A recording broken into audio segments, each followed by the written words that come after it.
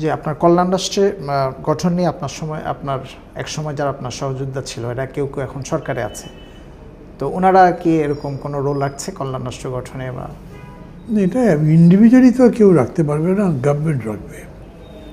এখন ধরেন কল্যাণ রাষ্ট্র বোঝার জন্যে জি একটা গভর্নমেন্টের ইকোনমিক পলিসি থেকে তো আপনি বেশি বুঝবেন।